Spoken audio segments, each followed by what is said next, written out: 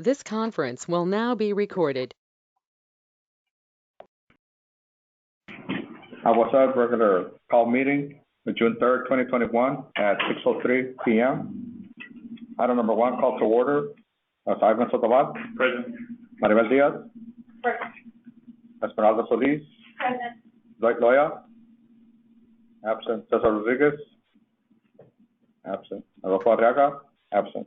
We do have a quorum. Item B, public comments. Mr. Sines. Okay. Item number 2, presentation, discussion, possible action on lease of district-owned property to recurrent energy battery storage. Yes, Mr. President, we have Forrest. Yes, sir. We would like to make a presentation in reference to leasing some property where our main lift station is in South Goodwin, front of the power plant. It's for a battery storage center that will power up their system when their system goes down. They can still be able to power up the customers in the area. Yeah, something like that. Yeah. I'm gonna let you go ahead. That was pretty good. I think my job here. I appreciate y'all having me this afternoon. I understand you have a very privileged on price. Okay.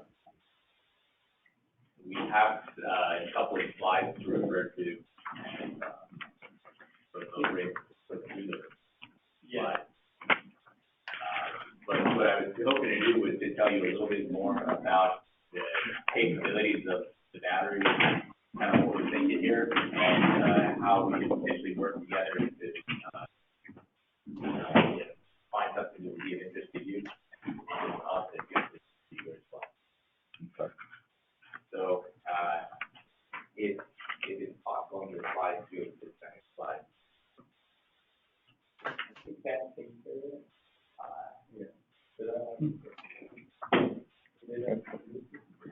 Oh, there you go. Okay, keep that up. Okay, fantastic. So the company I work for is called ISO Power. We're funded by Blackstone, it's a financial backer. Blackstone is the same firm that funds the Frontera gas plant, which is just down here and directly across the street from the property that we're talking about today. Okay.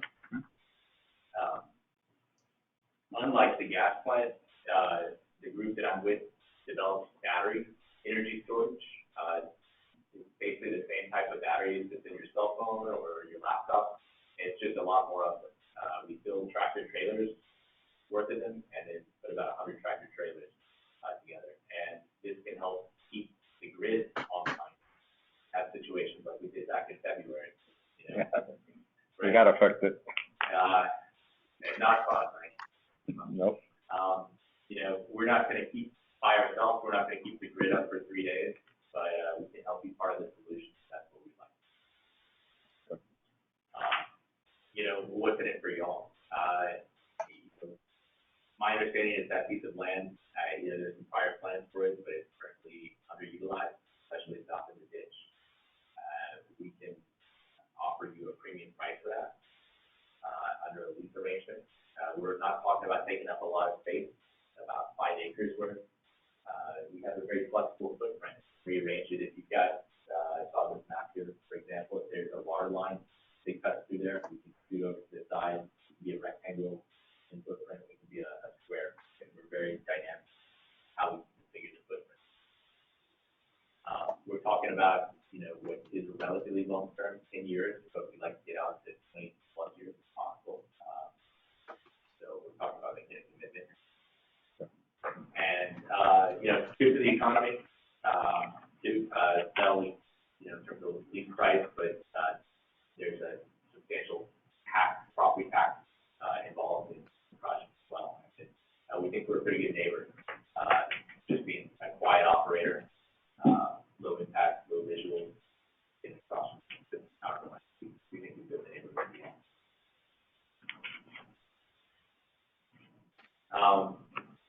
We're going to take a moment here just to maybe show a couple of the pictures. If you're able to see there on the right, this is an example of some cabinets. There's batteries in there. I'll show you in more detail on the next page, and then kind of a bird's eye view of this president. Don't mind going back on the slide, please.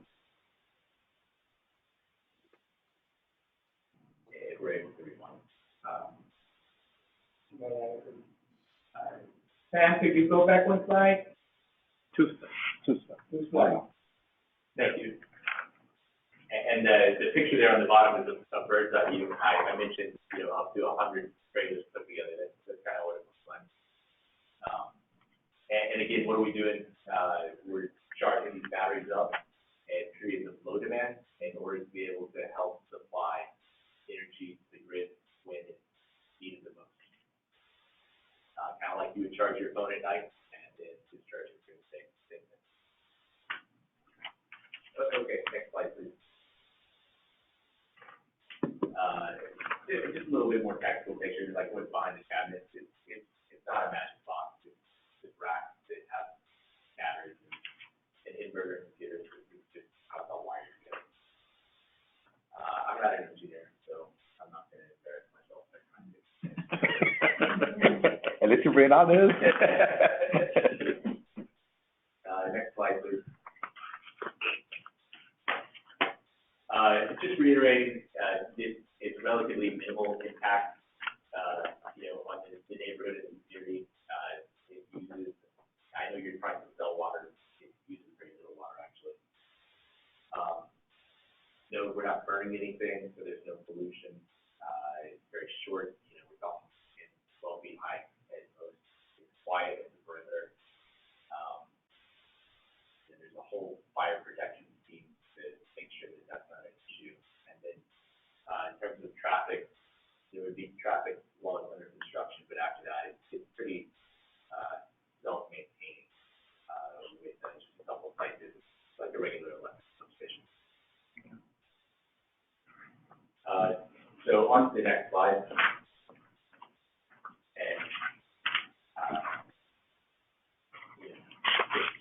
And thank you for the introduction on where it is. To help give you all just a little bit more visual on what it could look like, and this is like the final footprint, because we want to work with y'all's engineering team to make sure that it appropriately fits the property and it doesn't affect any plan usage that y'all have. But we would propose something like this, about 5 acres south of that ditch, and that's where we would build the facility. We would tie it to the electric grid. It's effectively across.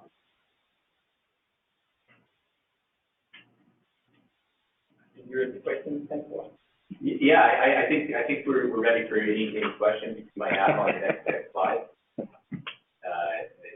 Asking for questions, and then I'll ask for questions.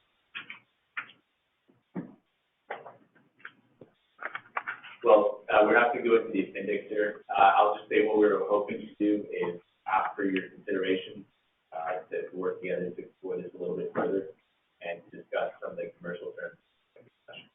Yes, this is a real estate matter, so can we get discussed in the executive session? For sure, we'll make yourself available. We need to bring you in. If y'all have questions now, you want to wait for me.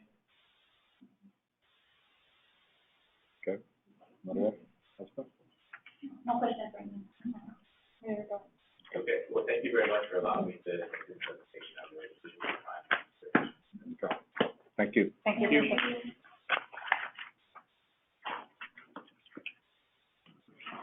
Item number 3. Presentation by KPAC Consulting Group on AGUA water rights, rates, and planning. We have Mr. Jeff Snowden on the line finally after 3 months. I know that he went through COVID and then so did his wife. Yeah. So they're both fully recovered. Is that right, Jeff? Jeff. Yes, sir. Thank you, Mr. Sines, for that introduction. Welcome back. Thank you, members of the board. I'm glad to be of service, and I appreciate the patience y'all have extended to me over the last 3 months, getting over that and getting my wife well. I thank y'all for that. Welcome. The floor is yours, Jeff. If you're ready to present. Thank you. Thank you, Mr. Sines. I'm going to proceed with a brief presentation. Mr. Sines asked me to look at your revenues and expenses and debt, and then where we stand with the rates. As you recall, I developed in 2019 a 5-year series of rate increases that we've just implemented year 3, so we have 2 more to go. And the question was raised, where do we stand? What flexibility is there with respect to implementing the last 2 rates? So I'm glad to go through some numbers with y'all and stop me at any time if I can answer questions. Is my audio okay? Can you hear me fine? Yes. Yes, sir. Yes. Yes, we can. Okay, great. I'm going to get, so this is just a summary of what we've done. We've looked at all of your in-code billings for each month through April of 21. We've looked at all 3 of your water plants, 492, Abram, and Havana, all the raw water in and treated water out for every month through April. We looked at your refunded debt that David Gonzalez prepared for you. We've included your lease payments for the meters and for vehicles. So we've got a good snapshot of your financial obligations and how you're generating revenue after 3 years of the 5-year rate increase. We can go to the next slide, please.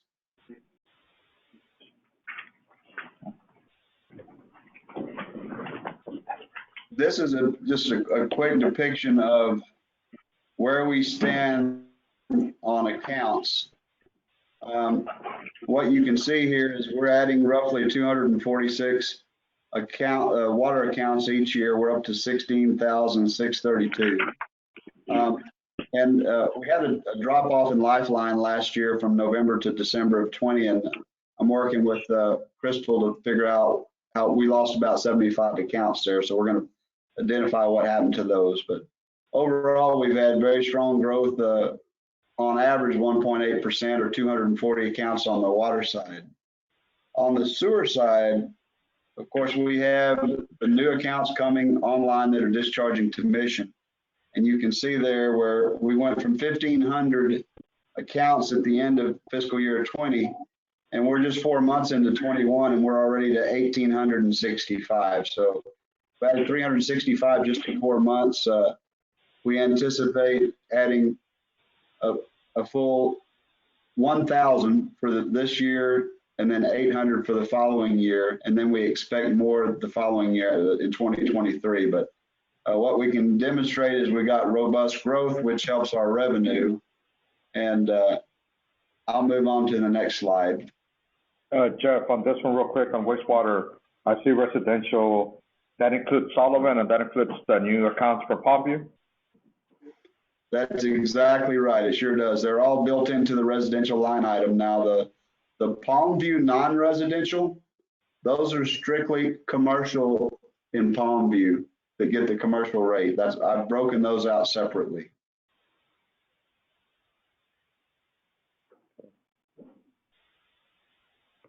Okay. And we anticipate more non-residentials. I believe that there are some schools that have expressed interest in connecting. So that number should increase. We can go to the next slide if there are no other questions. This is a 10-year snapshot of your revenues and expenses. Come back one slide, please.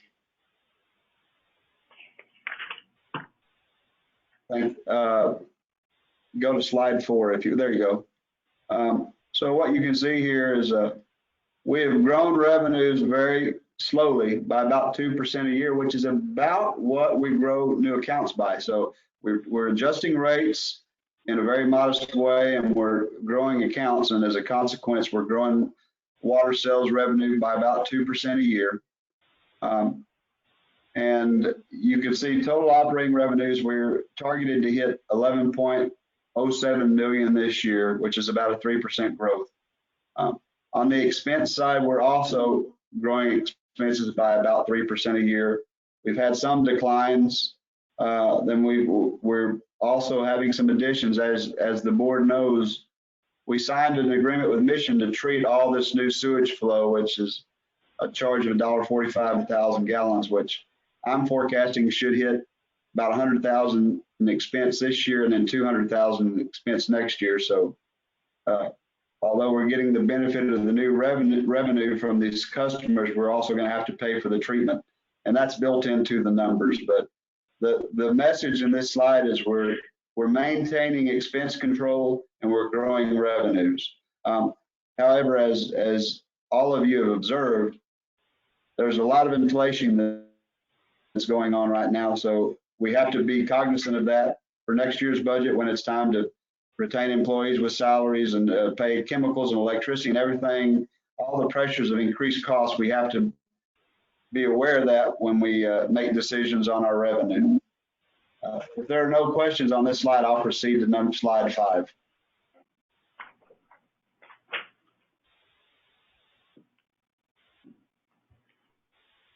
This is a snapshot of all of your outstanding debt and lease obligations.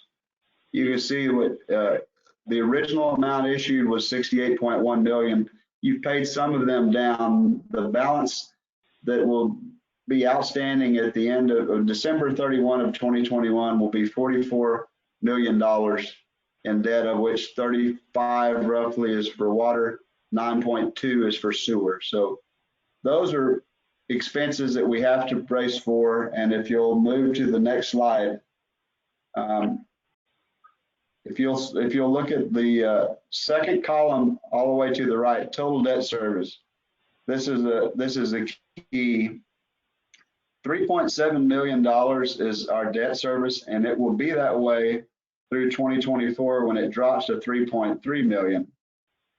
And beyond that, we don't have a drop till 2034 when it drops to 2.2. Now, I suspect other debt will be issued between now and then, but the message here is that we've got about 3.7 million in outstanding debt every year to fund with rates.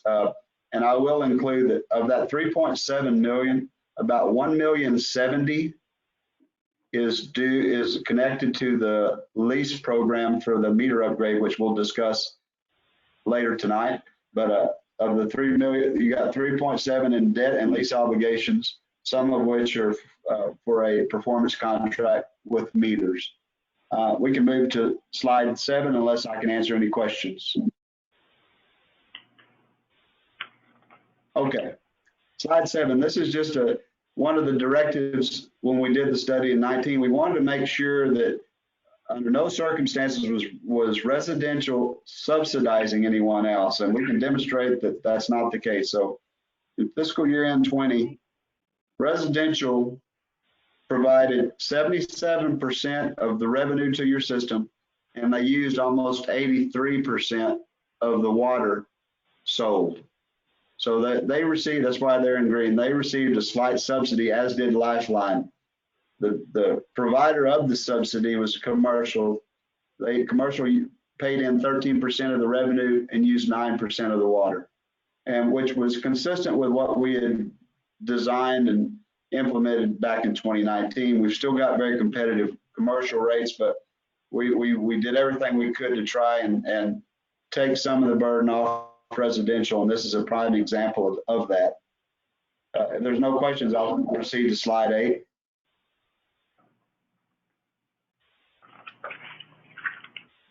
Now this is residential, and there's a lot of data here, but I'm going to summarize. This is 10 years of data, and what I want to point out to the board, if you'll look, average gallons per month, which is the third column from the right, you can see that in 2010 and 11, you were at 7,600 gallons a month, then 9,600. There's been a fluctuation.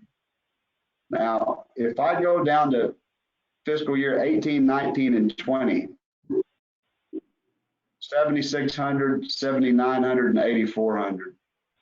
We would have wanted these numbers to increase based on the investment you made in your new meters.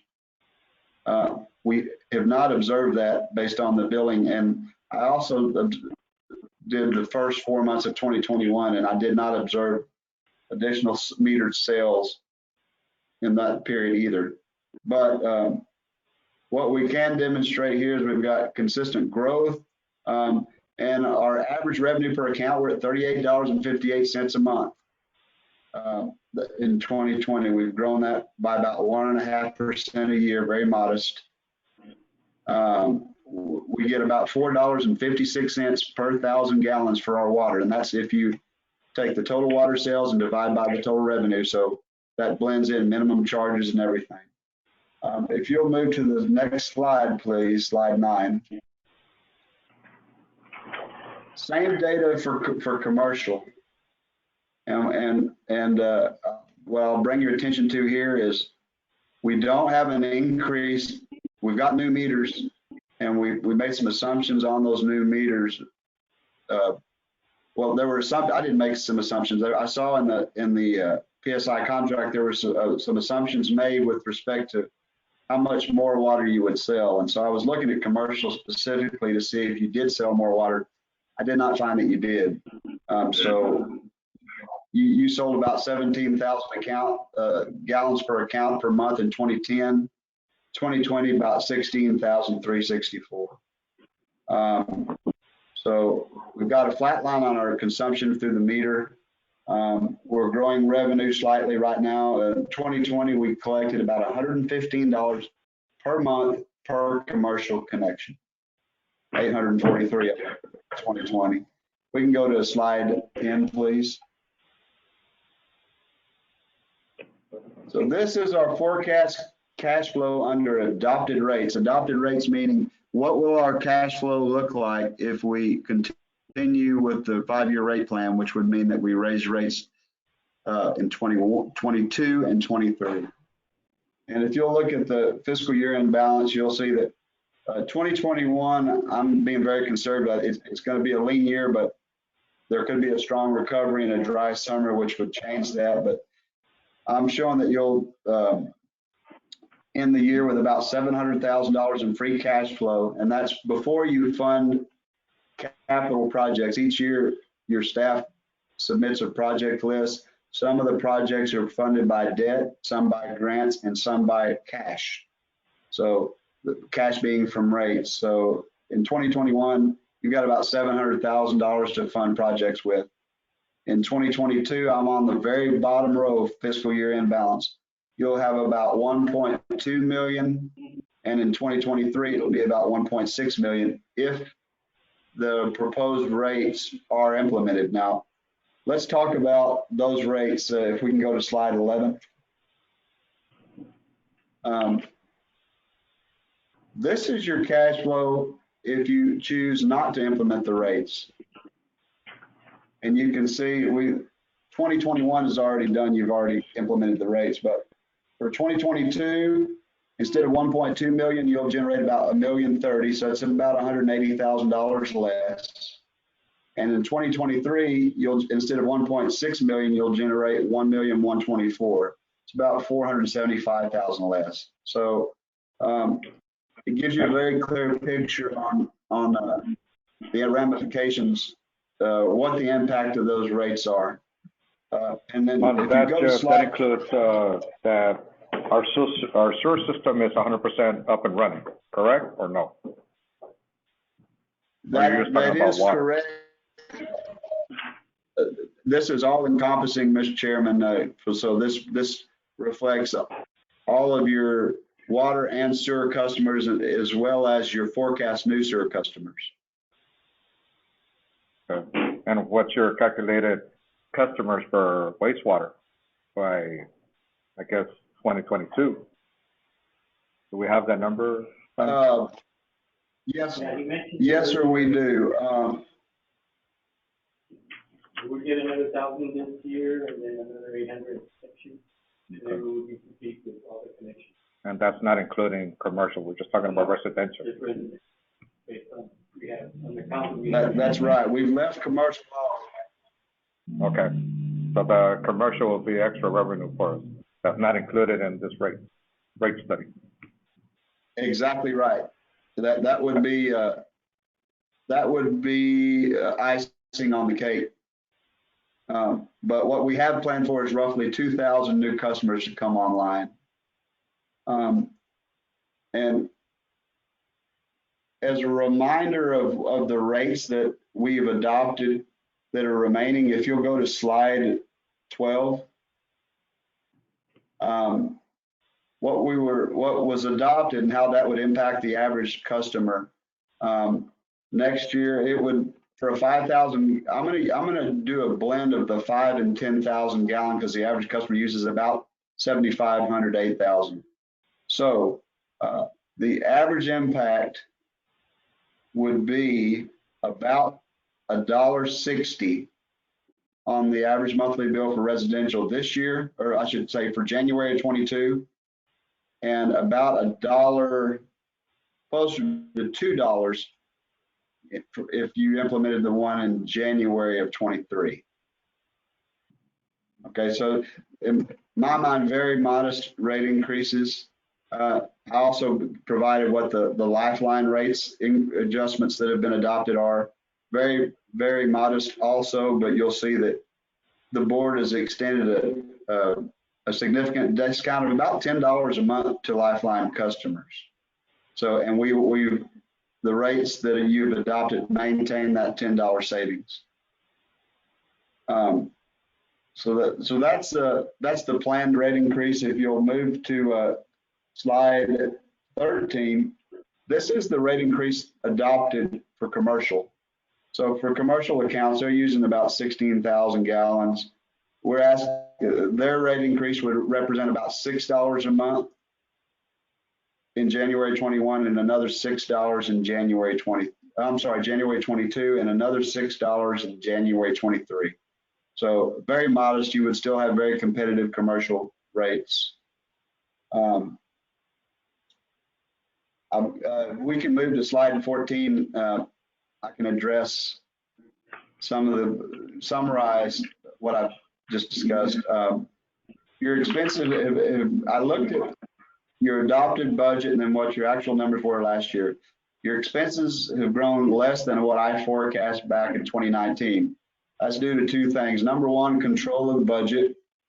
And number two, lower wastewater flows to Mission than we anticipated, although they're coming quick.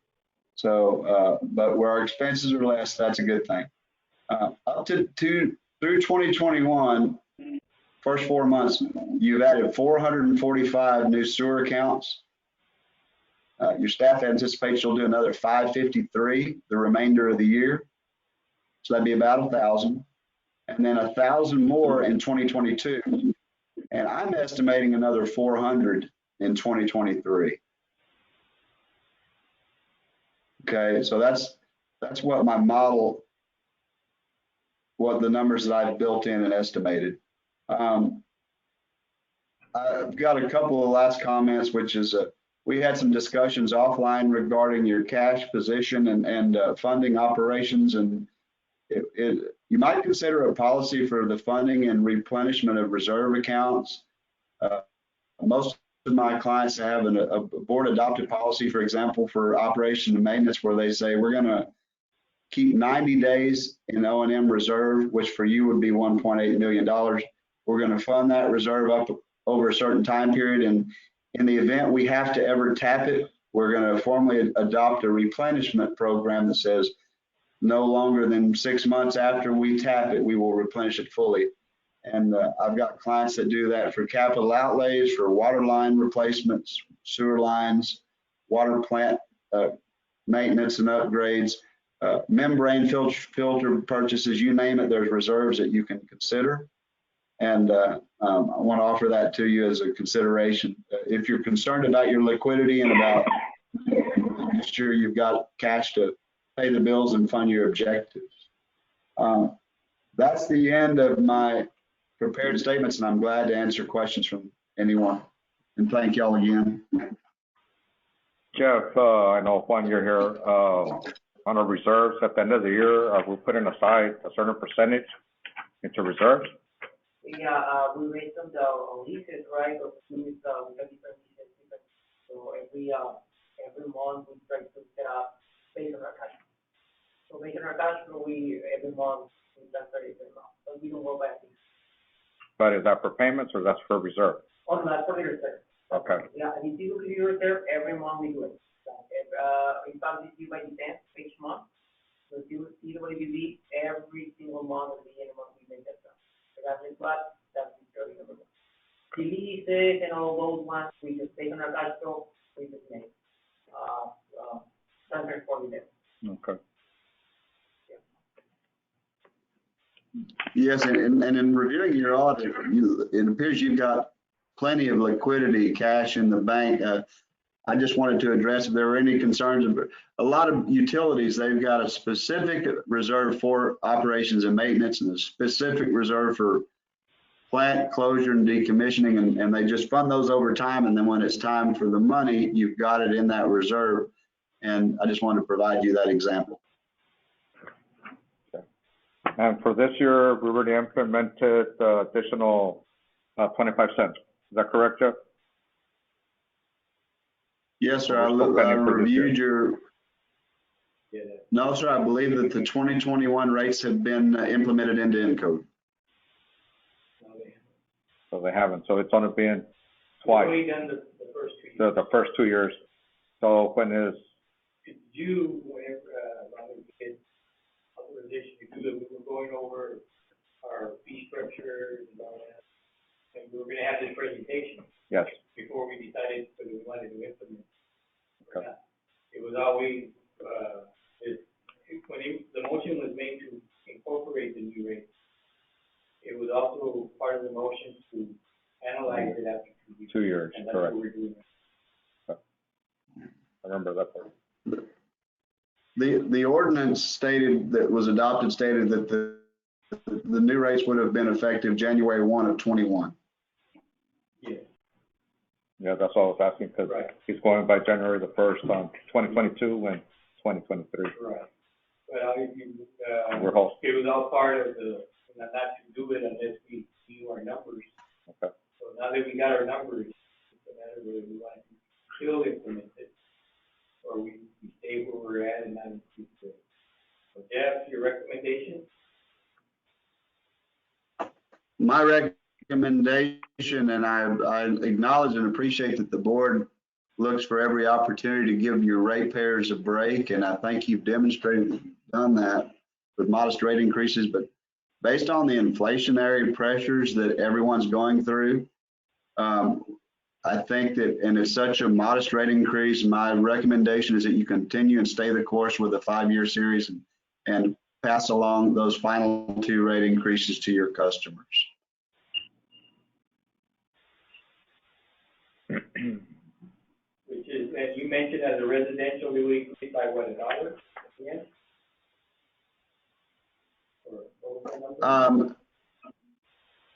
Excuse me, just 1 second.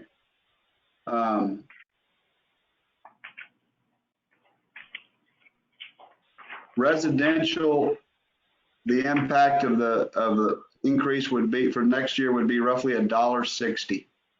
That's for a combined water and sewer customer. For just a water customer, which the majority of your customers are just water. 1 minute, please, and I'll tell you that number.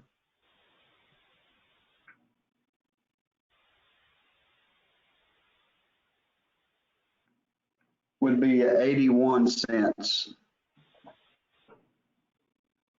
A month. Yes, sir. That's water, correct?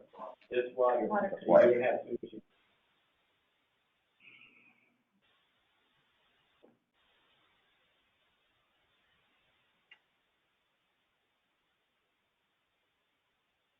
So I know it's not here to go ahead and increase it, but it's just with the cost. Okay. Hopefully put it in the next. Thank you, Jeff. Any other questions? Yeah. Good. Thank you, Jeff. Thank you. Glad to be of service. Thank y'all. All right.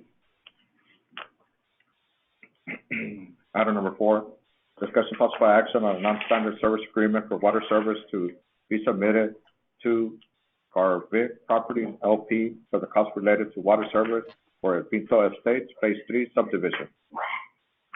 Yes, I think we have, Salinas on the line. Yes, good evening, board members, Mr. President. So this is a subdivision that consists of 36 lots. This is the phase 3 of this subdivision, El Pinto Estates, phase 3. It encompasses a total of 42.28 acres.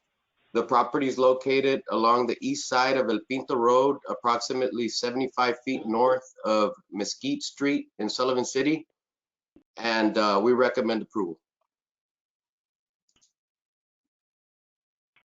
Need a motion? So moved. Motion by Sandoval, I need a second. Second. Second by Solis. All in favor, signify by saying aye. Any opposed? Motion carries. Item number 5, discussion possible action on non-standard service agreement for water service to be submitted to Everett Enterprises, Inc. for the cost related to water service for Western Oaks Phase 2 subdivision. Yes, this is Western Oaks Phase 2.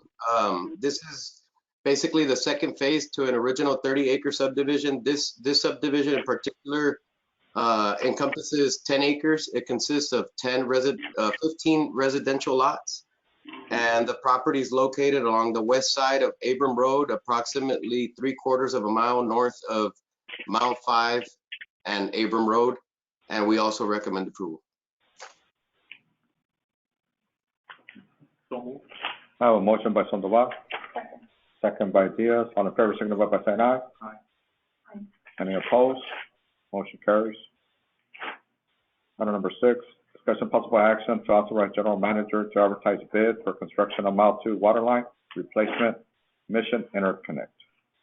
Mr. President, members of the board, several years ago, we had initiated this project to go ahead and make an interconnect with the city of Mission for emergency water use. And then at that time, all the plans were done, ready for advertisement, but we have not finalized an agreement with the city of Mission for that connection. So, I know that, Matt is working on it, and, we're trying to come up with an amount. We're looking at 3.5 million gallons per day that we could, use and rely on their water to be able to, delay, any new construction to be able to meet capacity levels as well. But what we're asking for is, to at least advertise and get the bid. At the same time, further down, we have that interlocal agreement that we're trying to consider as well with the city of Mission. And, Reno, could you tell us what the estimated budget was? Yes, on this project, we worked on the plans several years ago, and for the Mission Interconnect right now, we have an estimated budget for the cost to get this water line reconnected at $130,000. This is a line that basically got broken off when Mile 2 was widened, and the contract was not renewed. So the plans are ready. We are ready to advertise. We have met with the AGUA staff on the site. We've walked it, and we verified they're presently field verifying areas where it was cut off, and basically we're ready to advertise it and get it connected to the point where this would help the district have that extra capacity if needed. It is a project that's budgeted for funding and tomorrow, so we do have many things. Are this going to be turned in as sealed bids? It will be hard bidding, if, in other words, we're gonna see who the lowest bidder is and consider them as their response. I know there's other forms, competitive field proposals, but then you go through a ranking criteria. But that's something that we can, consider if the board wants to consider that. So we usually go out for the hard bid. So project is done.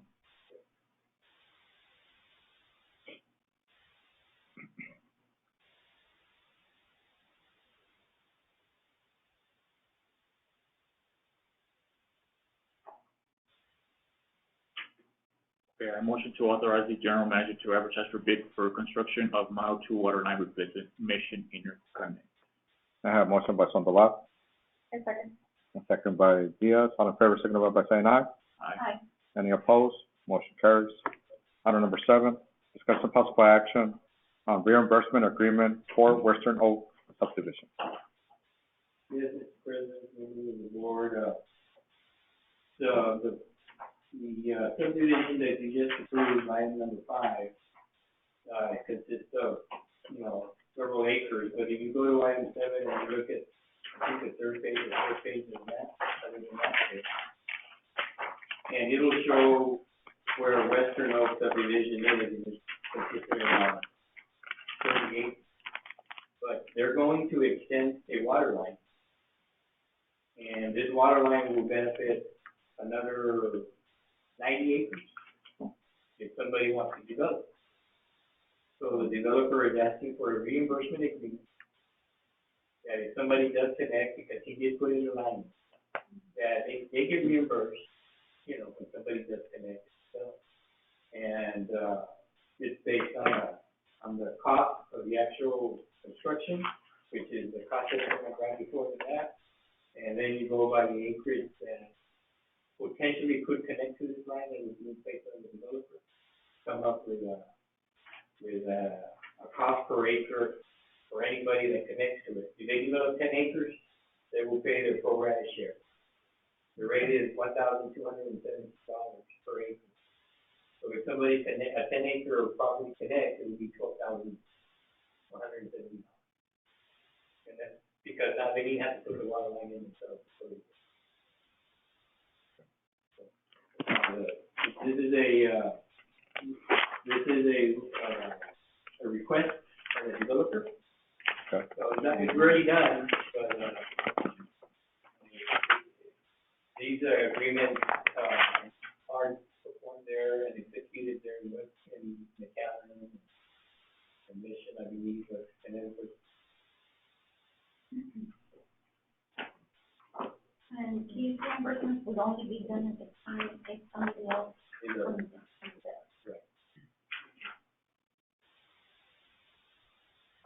Our rules, Rule 510 actually provides for this, as Mr. Stein points out, in the common arrangement. Rule 5-10 talks about this very specific arrangement. It's a cost neutral, as I understand it, correct me if I'm wrong, but it's a cost neutral reimbursement proposal for the district. And we have the right to set those fees to the new customers as they come on. That, if a developer comes on and adds 10 acres, well, then those costs be billed by us, and then we reimburse. So that there's not a charge to us. The only thing I would say is that because of the travel problems I had today, I have not had a chance to look at the agreement that they proposed. Jaron at our office did take a quick look at it. We spoke to him. Okay.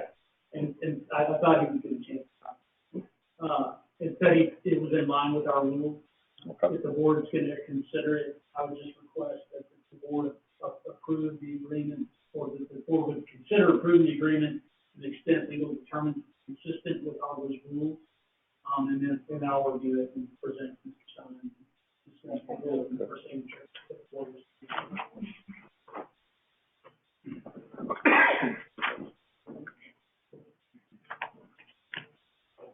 Okay. Any questions?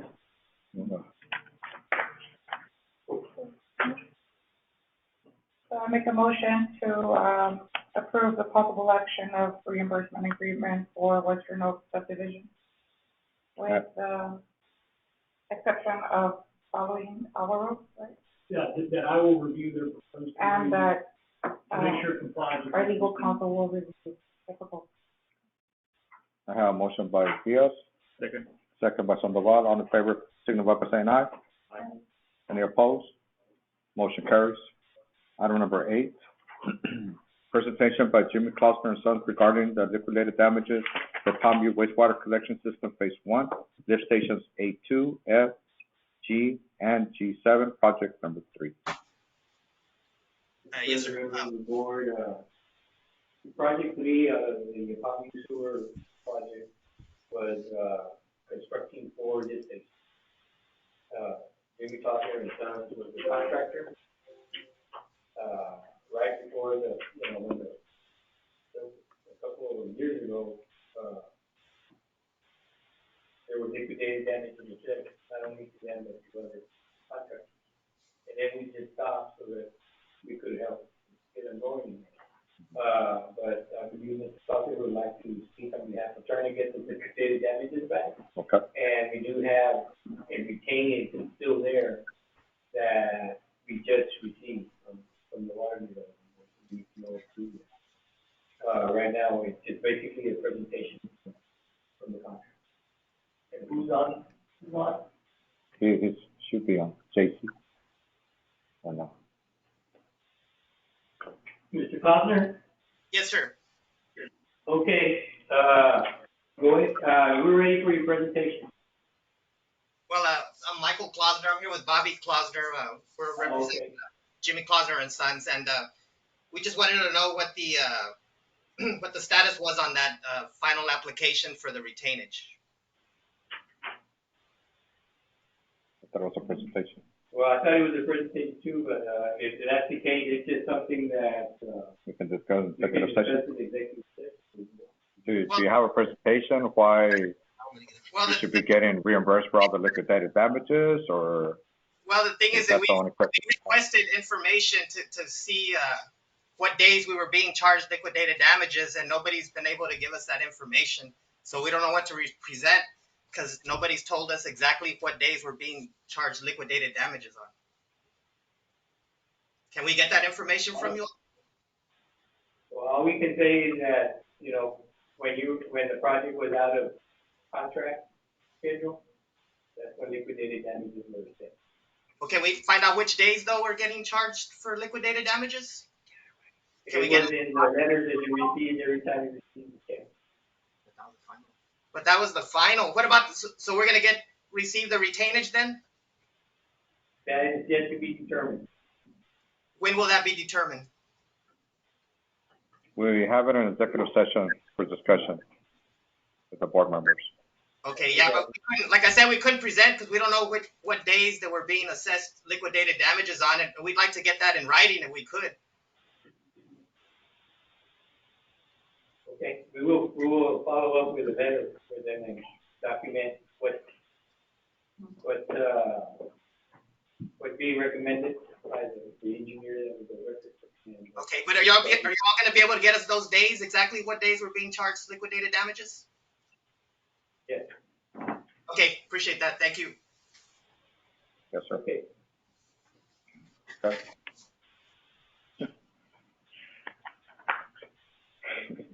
Item number 9, discuss possible action regarding potential interlocal agreement with the City of Mission related to emergency water connection. Yes, Mr. President, members of the board, we've been working with Matt and his office in regards to finalizing the agreement with the City of Mission. So I believe you might have something to. This is definitely my basket, and it is also definitely a casualty of today's travel plans. Sorry to be a broken record on that. I expected that about 4 hours when I got here today. As Mr. Sines points out, this is in tandem with the bid process that was approved by the board today. So that process is going to go ahead and go forward based on the board's authority today. That way we'll have an idea about whether or not our estimated cost is in fact going to be an accurate cost. Before the next board meeting, I will have either met in person or by telephone with the city attorney permission to hammer out the details of this agreement.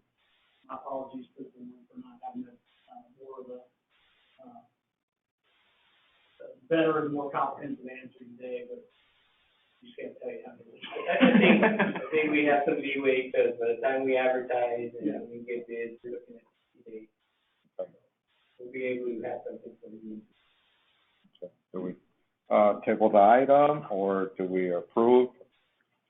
There's nothing to approve.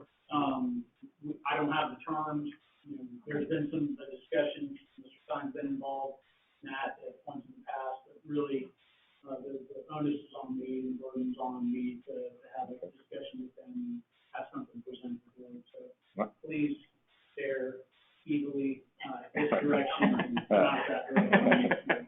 I'm just saying, because it says, Put no action. well, no action, we can't bring it back. That's what I'm saying, because that's discussion, possible action. So we want to table it so it can come back. I think that's, yeah. That's the way we should do it. So I need a motion to table item number 9. I make a motion to table item number 9. I have a motion by Solis. Second by Sandoval. All in favor, signify by saying aye. Aye. Any opposed? Motion carries. Number 10, status by M2 Engineering for Capital Improvement Plan. Yes, Mr. President, members of the board, Mr. Salinas is available, to present the capital improvement plan that's in the package. I know there was a preliminary one presented a couple of months ago, we finalized it. And, for your consideration, and Mr. Salinas, if you're ready to present. Yes, good evening, board members, Mr. President. On this capital improvement plan, as we mentioned a couple months ago, we went through the majority of the tables regarding your water treatment demand and capacities in regards to the existing infrastructure, the needs for the next 10 years. And we broke it up into projects. And you have a copy on there. We've already kind of reviewed the majority of the capital improvement plan. But my suggestion, even though it is, we consider this 100% complete, it is a review of the capital improvement plan. And we would like to be able to sit down with maybe possibility of maybe a committee and some of the AGUA staff to be able to go over the projects that we are suggesting for the next 10 years and be able to hear the needs from the staff. I'm sure you as board members also get phone calls with some of the needs and the urges. And as the district keeps on growing, as Mr. Jeff mentioned, you know, we have a growth increase of approximately 2.1%. We have development coming in. Your capacity is growing, and it's needed. And basically, your capital improvement plan is basically a tool to help you organize, help you budget, and make decisions and for potential projects in a large scale for the next 10 years. And so my opinion would be to to set up a potential committee to review this capital improvement plan before we make it a final plan. And so that's what I have to say. If you guys have any questions, I'm more than willing to answer.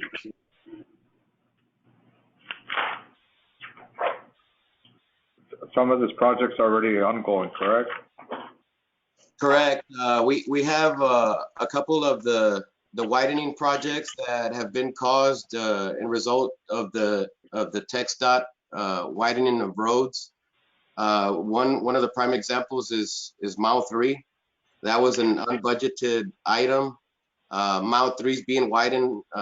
Construction has initiated, and Mile 3 is basically being widened from FM 492 Goodwin all the way to Tom Gill. Any water lines that were within the right-of-way that are now in conflict with the widening of the road have to be relocated. That's just a prime example of a project that was approximately $570,000 that was unbudgeted, and this is basically a plan to try and be able to budget and include it in your budget for the next 10 years. So yes, for any other questions? Real quick, Mr. Salinas, you gave a preliminary presentation on this capital improvement plan a few meetings ago. Have any of the numbers changed? Are there anything that are different than the presentation you gave before that we could highlight to the board?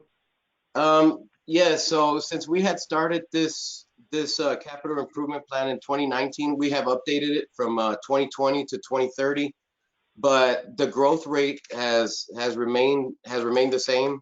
It has remained at 2.1%, and basically the needs for the certain years, as the way we have it on our capital improvement plan, have remained the same. I'm just talking about the presentation you gave a few months ago, when you went over some of those numbers.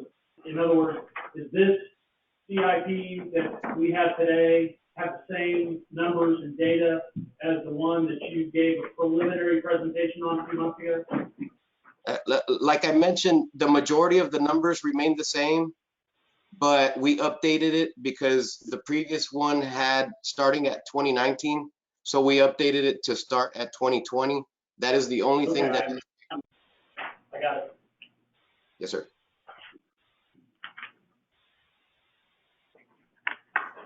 Madam, this one, do we have to make the committee right now, or I can make it later on? You can do it. The board president has authority to do that later. Okay. Of course. Yeah, we'll have a meeting.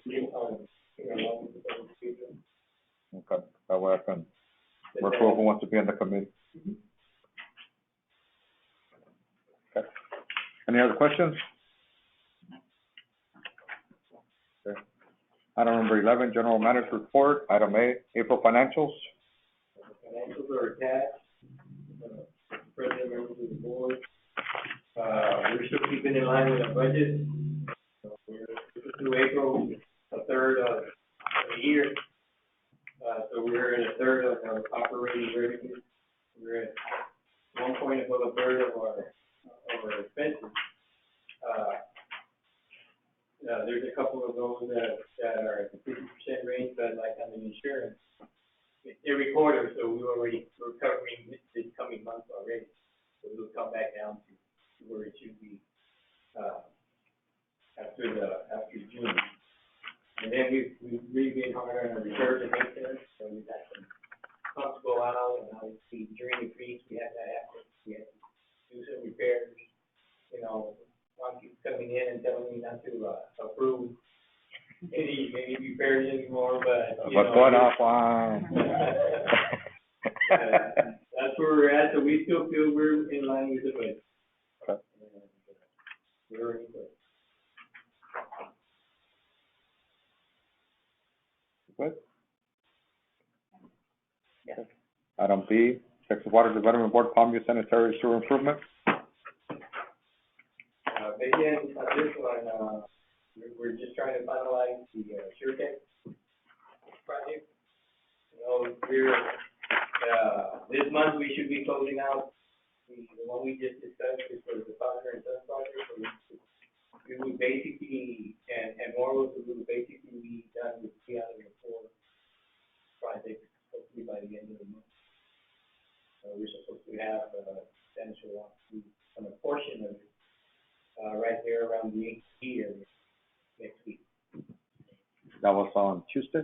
No. Tuesday. Scheduled for Tuesday, so that hopefully we can at least get that area approved, so we can start making connections to that area. And that's was part of the agreement we had with the MUD, so that they could, service us until all our stations are on.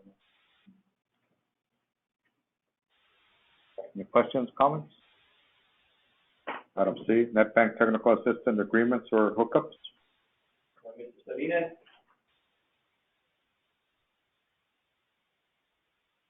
Hope you didn't have that. Here you go. Yeah, no. So on the Nat Bank Palmview yard line connections, right now the contractor has been able to connect 819 services. Out of 819 services, 598 have been fully connected to the sewer system. Out of those 598, 503 septic tanks have been pumped out and hauled. And out of those 503, 442 have been fully decommissioned and filled with sand. So the project is approximately 45% complete. We've been working closely with the contractor and also with NatBank on possibilities to continue the progress on the other phase of the project. And so right now we're working on that, and they're progressing. We have had some wet weather, so they have not been able to work these couple of days, but they are progressing, and that's our status on this project. Open for questions. Questions, comments? Item D, food bank event. Yes, Mr. President, members of the board, we have a food bank event, not this Saturday, but next Saturday. It will be here at AGUA. It's in conjunction with the food bank, ourselves, and precinct. It will be 9 to 11. Yes. On Saturday, and so the food runs out that the food bank provides. So we have we do have a flyer, an event flyer out, and it will be posted on the website. It's on the 12th, right? On the 12th, yes. 12th, Saturday. So we were scheduling for this Saturday, but it's graduation. So we don't think we'll get enough people out here. So it's an FYI. Okay. Item C, easement litigation regarding Veterans Road in Hidalgo County.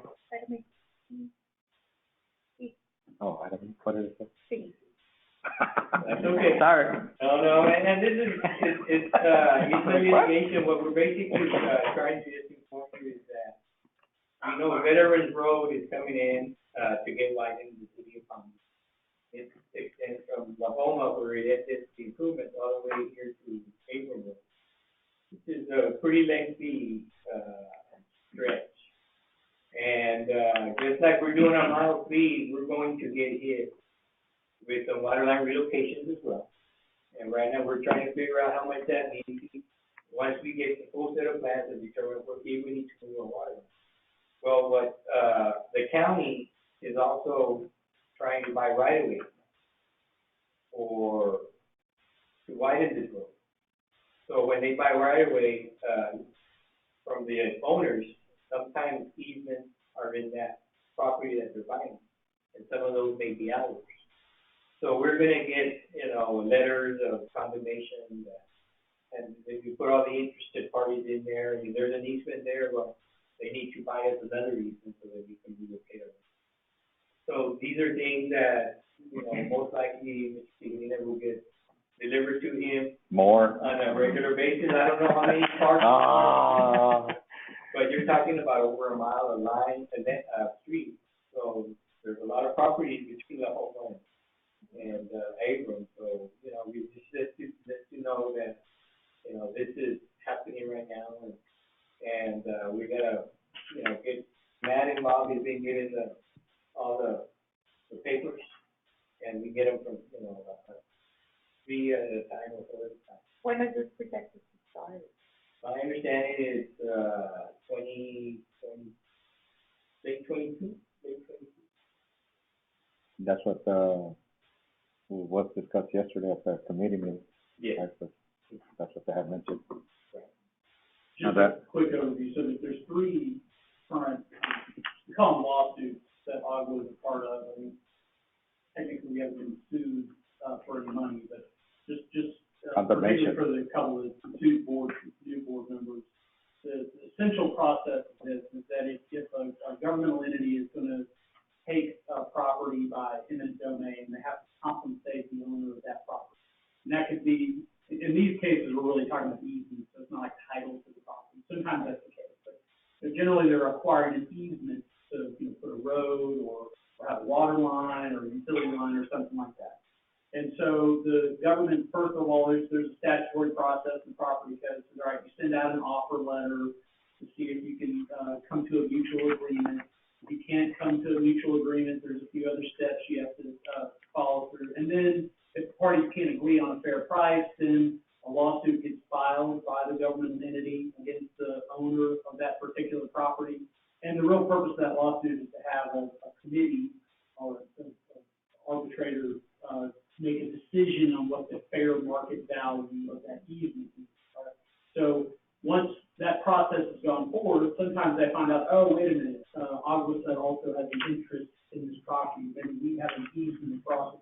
So we get joined in, okay? So there may be a time where we present to the board, either an offer or, some recommendation as far as what the district might be willing to do to either allow an easement to go across our property, or, for us to move our water line to accommodate for the road or something like that. We're not there yet, but when you hear that there's 3 lawsuits against AGUA, and that's how they show up down at the courthouse, I don't want y'all to be concerned, we've got sued for money or something. And It's just part of the. And it's under Romero Tejerina. What's that? And it's under Romero Tejerina. That's right, so when the sheriff shows up, the sheriff shows up looking for numbers, it's not always bad. It'll be all over Facebook. Right. Times on this one, it also includes that we still gotta determine if the easement our new lift station is one. And then we have the force main also, right? Right, So the rest of our members know. the district basically purchased easement, from property owners to put in a portion, and they also bought property to put in the lift station. This is way before this project was ever really going to be determined, where the road was going to go. And we also have a property, we have an antenna right there by, EBU.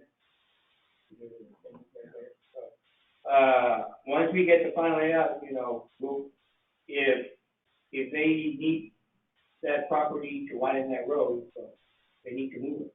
It's not our cost, it's their cost. So if that ever happens, we'll get that determined. If whatever improvements we have are in. Any other questions, comments?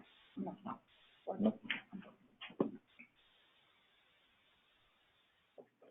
Item 12, executive session pursuant to Texas Open Meetings Act and Texas Government Code Section 551.001, consultation with attorney, 551.072 regarding real property, 551.073 prospective gift, 551.074 personal matters, and 551.076 security prospective gifts, 551.074 personal matters, and 551.076 security. Item A, Texas Water Development Board, Palmview Sanitary Sewer Improvement Project. Item B, cost number C-3353-20-I, S&B Infrastructure versus AGUA Special Utility District in the District Court of Hidalgo County, Texas, 398th Judicial District. Item C, cost number C-3856-20-D, Maureen D. Terveen versus AGUA Special District, Morville LLC, S&B Infrastructure, LTD, in the District Court of Hidalgo County, Texas, 206th Judicial District. Item D, presentation by Jimmy Clausen and Sons regarding liquidated damages for Palmview Wastewater Collection System Phase 1, lift stations A2, F, G, and G7, Project 3. Item E, Salida del Sol Tank Certification. Item F, Performance Services Inc. Smart Meter Program Guarantee. Item G, Recurrent Energy Lease Proposal. Item H, Energy Provider Contract Status and Review. Item I, Easement Litigation regarding Veterans Road in Hidalgo County. I need a motion to go into executive session at 7:11. Have a motion by Sandoval. Second. Second by Solis. All in favor, signify by saying aye. Aye. Any opposed? Motion carries.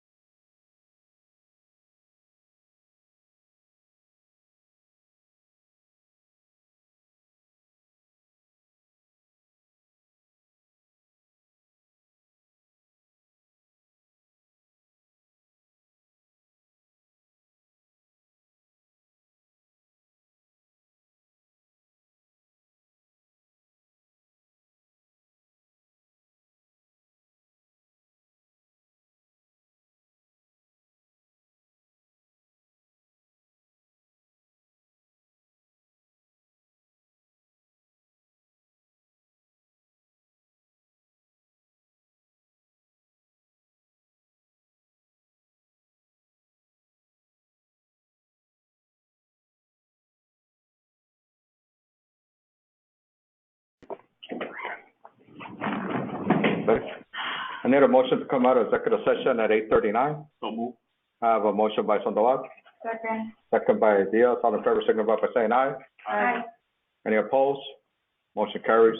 Item 13, discussion possible action regarding items discussed in executive session. We have no action. Okay. Item 14, adjournment. I need a motion at 8:40. So move. Motion by Sandoval, Second. second by Solis. All in favor, signify by saying aye. Aye. Any opposed? Motion carries.